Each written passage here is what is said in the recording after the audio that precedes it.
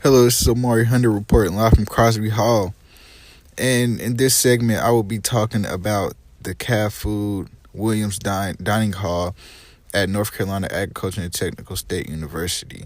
The reason why I chose this topic is because this can come into a big impact on what the calf is serving the students, because this is what students eat on a day-to-day basis. And sometimes the food is not up to par to nourish the body in the correct way.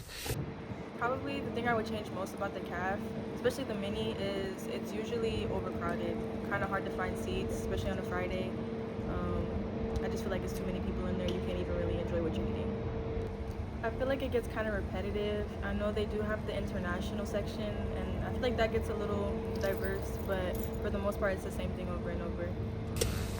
Um, the reason why we need to focus on this more is, like I said, because of this is what the students eat in like a day-to-day basics. And right now, it may not affect them as hard as it would in the long term, because they're so young and the body is just it's not used to it. But it's really just, it's young, and as you get older, all that stuff, it starts to come back and affect you in the long run.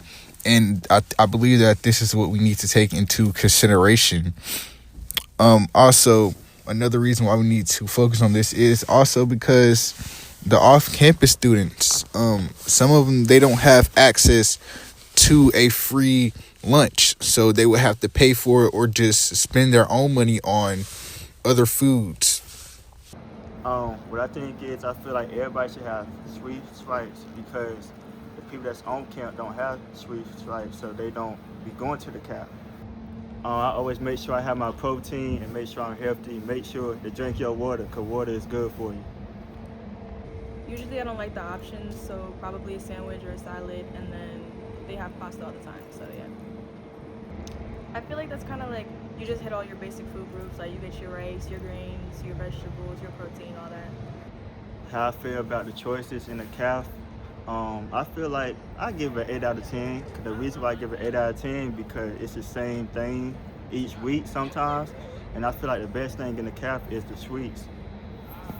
As far as like cookies, ice cream, but them pieces be hitting.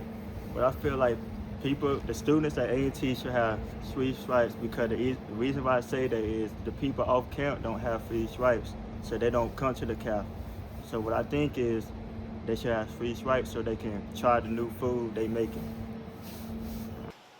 Omari Hunter reporting live from Crosby Hall.